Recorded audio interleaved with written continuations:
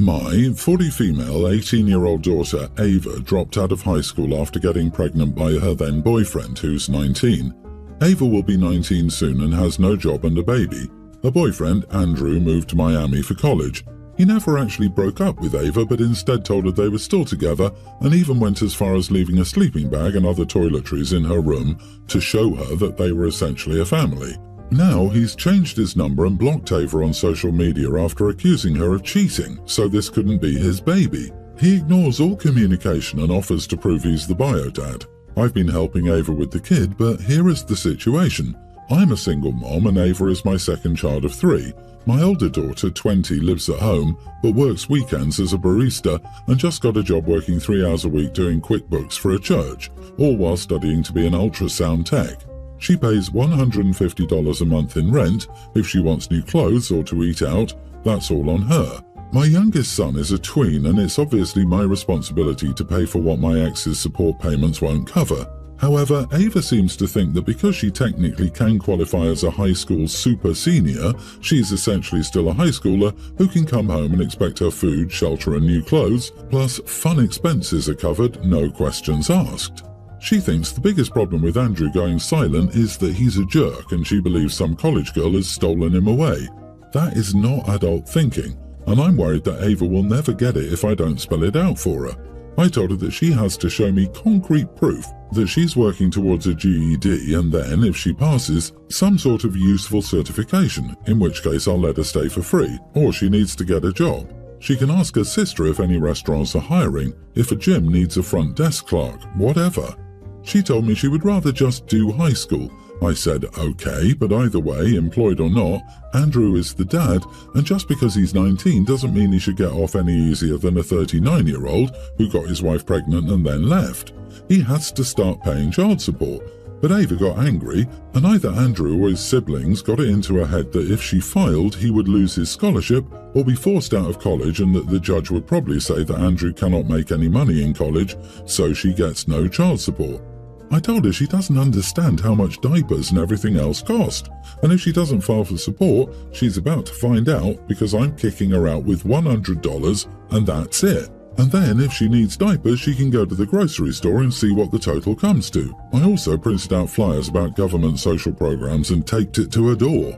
Am I the idiot for telling my 18-year-old to either sue for child support or get out of my house? Edit.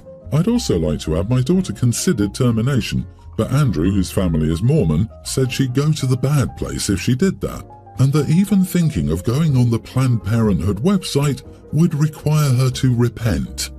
OMG, I'm so ticked off. You are not the idiot. I'm a little out of the game at this point, but as a single mother back in the day in Florida, where I applied for food stamps, I had to provide any info about the father, and the state took over and tracked him down. They took him to court and made him get a paternity test. I highly suggest you take the option out of your daughter's hands and start the process online. As hard as it is to give your daughter an ultimatum, it means you're going to need to follow through. Choices have consequences, and she will not understand until it hits her where it hurts. Your daughter is now an adult and she needs to stop playing house at your expense and face facts. She has a child. Obviously she didn't do it alone. If he faces consequences for his actions, so be it. But you can't be her partner here. Both of them need to grow up and accept responsibility. Tough love may be called for here. What do his parents have to say about all this? It infuriates me that the only worry seems to be his future and her getting to do what she wants while you pay the bills. It's time to get real here. Sounds like the dude's parents may not even know about the child. OP, his family is Mormon. The play might be to speak to their church about the upright young man who is abandoning the child he fathered out of marriage. That might put more pressure on them to settle. This right here. OMG, if you went to their deacon, I can guarantee he and his family would be ripped a new one. If they didn't correct the problem, they might even be shunned. He's avoiding paying child support. He's playing the clean little Mormon boy who was seduced by Eve over there. OP should spread that news far and wide and shame the crap out of him. My brother Harold and his wife Ashley have been struggling with infertility for a while now. They're in their middle 30s, while my wife Erica and I are just entering our 30s. They had 3 different losses. After the later one, my wife got pregnant with our first child a few weeks later. He said congratulations when I informed Harold about it, along with everyone else in the family. They visited me a few days later though and said, "We wanted to say congrats again, but figured we'd ask, were you trying for a child?" I was unsure what they meant, so he clarified that he was asking whether I intended to have a kid. I replied by saying yes, and he looked shocked. He said, "I can't believe you did that." I got slightly angry and asked him what he was on about, and he said, "My wife and I had a loss and you wanted to have one kid just a few weeks later." He accused me of being a cruel, sadistic idiot. I got angry, asked him what I was supposed to do, and asked him not to pick a fight. He said, "There's still time to rectify this. Visit a doctor to get rid of that child." At this point, I lost my temper and said, "There's no way you're having kids with that attitude." I asked him to get out of my house and said my wife's pregnancy was not dependent on Ashley's loss. Ashley looked really upset. He yelled at me a lot and left in the end. Am I the idiot? My jaw dropped when I read what your brother said to you. Not the idiot. You can offer him some compassion and understanding for his grief, but this is a territory where it's fair to go no contact with him, especially if he continues to antagonize you about it. Just wow. They are understandably upset by their fertility problems, but that gives them no right to try to control your having children. The demand to end your child was so far over the line you couldn't even see the line in the distance. Could you have used gentler language? Possibly, but you were blindsided by their words. I chalk their crazy response to stress from miscarriage, but tell your brother that if he ever suggests that for your child, you will never speak to him again. I wonder if 1% of this insanity is Harold assuming that he's going to do everything before you do, including having a kid, just because he's older. The other 99% of this insanity is him thinking that your having a kid has anything at all to do with him. He seems like the kind of person who thinks a situation is unfair if he doesn't have an advantage. To him, fair is unfair, maybe. I'm so sorry he said something so disrespectful about your growing baby. The world doesn't stop because you are in pain. I'm a 36-year-old woman with a husband, Tom, and 3 children. Diana, tween, Mary, pre-tween, and William, kindergartner. Since my youngest was born, I haven't had any time away to myself. I haven't had a night out, a girls' trip, or even just one afternoon to watch a movie and drink some wine. Before anyone comments, I don't want to do these things all the time. I know I have a responsibility to my kids. I just think it would be nice to take a break a few times a year, maybe. Because of this, one of my friends, Penny, asked me to come away on a girls' trip with our college friends to the beach for 7 days. Obviously, I was skeptical since I didn't want to leave my kids alone, and I also didn't want to force Tom to do everything himself for that long, but she eventually persuaded me.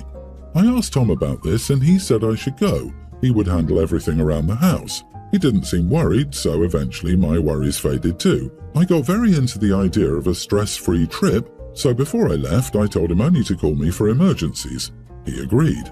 But once I left and I was having a good time with my girls, Tom began calling me at least 7 or 8 times a day with the littlest things.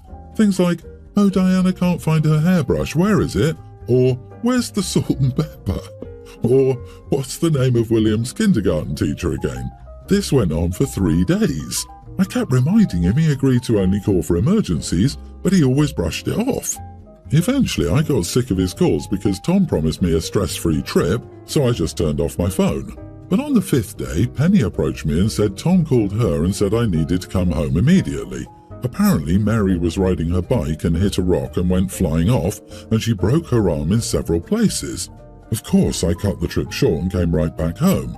But when I got home, Tom was very cold and rude.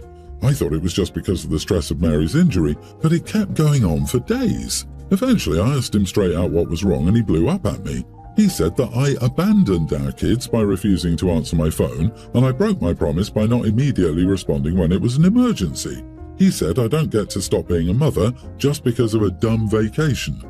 I tried to defend myself and said he kept calling me over the tiniest inconveniences and interrupting the trip. Besides, he said he had everything handled. Tom responded that it could have been an emergency every time he called, so it's my job to pick up. But I said this was exactly like the boy who cried wolf, and he said that was ridiculous. My friends are all on my side, but Tom is still not really speaking to me, so I'd just like other opinions on if I was wrong here. Not the idiot. You were supposed to get some rest. It's his fault if you didn't pick up because he was annoying you every day. Like, doesn't he live with you? Like, he should know where the salt and pepper are. I saw that story many times. The husband says he can handle and babysit while he just takes care of their kids and doesn't really know how to take care of his own kids. Anyway, don't blame yourself. You did the right thing. It's weaponized incompetence. Also, it's not like OP was impossible to get in touch with or had everyone on the trip turn off their phones. She was immediately accessible through her friend. Couldn't he have texted her? Hey, Mary had an accident and broke her arm. Call me ASAP. I feel like Tom was being very passive-aggressive. Sure, honey, go on this trip because you deserve it, but now I'm going to bother you multiple times a day so you can't enjoy yourself. Your husband is the boy who cried wolf. Ideally, you'd have explicitly told him, I'm turning my phone off. If it's an actual emergency, contact Penny. But to me, that's the only thing that you did wrong. I assume your husband is upset because this week showed him how much he can't do what you do in the family. He's probably been gone for a few days here and there, but it's never impacted the family before, while you couldn't be gone 24 hours without him having to ask you questions. The alternative is that he kept calling not because he was incapable of parenting on his own, but because he didn't trust you away from him, care for him after he goes to the bathroom or bathe him every day, and neither does he. It's just too weird for two brothers to be in this position. My mother can't understand our discomfort. She says I'll be home anyway.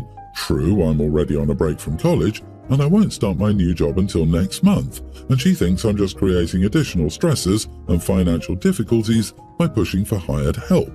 I offered to help find this person and even to use some of my savings to contribute to the costs, but she refused, saying I was just looking for a way to ease my conscience and that it was already clear she couldn't count on me.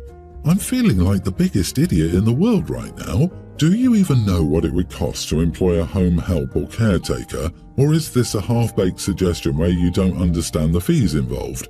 You are the idiot. You should look into it. At the same time, consider how much money your mom will be shelling out on the trip to where your grandmother lives and how much money she will lose if she has to take unpaid leave. Dude, I don't think you realize how much a caregiver costs per hour. How long will your mom be away? If she needs to take unpaid time off, that leaves your household already in a worse financial position. Your family may not really be able to afford help, or the help may eat up your mom's emergency fund, if she has one. What I'm saying is that you need to be realistic. Even if you got someone to come in for 8 hours per day, that'd still leave time when your help is needed, and more coverage costs even more. I disagree, not the idiot. You're not your mother's co-parent, and you're not the idiot for offering to help her find a more suitable intensive care provider for your brother. There are likely other ways she can provide the level of care required for her son that will not be so intrusive to your relationship with him. She needs to figure her situation out. Since the brother can't toilet himself, and that is the primary task the OP won't help with, you're talking about 24/7 in-home care. That's not hundreds of dollars a week. That's thousands of dollars a week. It would likely be cheaper for the brother to be admitted to a care home. Unless this family is absurdly wealthy, the choices are the OP grows up and supports his family, or the mother can't go to her dying mother. I, 29 female, have two nieces, Joy and Kate, both teens. Joy is my sister's child and Kate is my brother's. Joy and Kate do a lot of activities together and share many milestones. They recently passed a certain level of the language they're learning, and the family all congratulated them. I make handmade jewelry as a hobby. Nothing expensive, but everyone compliments me and says my pieces are lovely. For passing the language level, I told Joy and Kate that I'm in the process of making 2 necklaces, and they will each get one on a certain day. I finished the necklace just the night before. In the morning, Joy video called me and said some emergencies on her father's side of the family came up, and she couldn't go to my house. I told her it was okay and showed her the necklaces, one in green and one in yellow. Joy asked if she could have the green one, and I said yes. Later, Kate and her mom came to my house. My sister-in-law said Joy probably wouldn't stop by for the necklace today as she heard that there was some emergency. I told her Joy already called me earlier and got her pick. Kate and her mother asked what I meant, and I showed them the necklaces, telling them the green one was for Joy and Kate could have the yellow one. Kate complained that because she was so pale, the yellow necklace won't stand out as much with her skin tone, and I should have kept the green one for her. My sister-in-law said they came to see me first, so they should get the first pick, not Joy, who called. I told them the necklaces are both beautiful and made with love, and I'm sure Joy would be happy to lend Kate her necklace sometimes. I know they're acting entitled, but I wonder if I'm the idiot for how I treat the girls. Info: if the necklaces were supposed to be gifts for the girls, why didn't they get to choose the colour before you started? If you take the time to make something for someone, wouldn't you want the colour to be intentional? Either it's the colour the girl chose, or it's a colour you think would look nice on them. You wouldn't be an idiot if you'd simply wrap the gifts and put names on them like a normal person. You know, put a modicum of thought into it and give each cousin the one you think suits them best. Whenever two people get their pick, the right call is to have 3 choices. That way each person actually has a choice. Otherwise, it's exactly what you've got here. One gets a choice, the other feels like they got the leftovers. You set them up for one to be disappointed if they both wanted the same piece. You should have simply gifted each of them a specific piece. You are the idiot. You clearly favour Joy. Otherwise, you wouldn't have let her choose the necklace like that without Kate knowing or having them discuss it together. That's really sad for Kate. She worked hard too, and you hurt her like that. Shame on you. Fix this. Apologise to her and ask her what colours she wants for her necklace, then make it for her.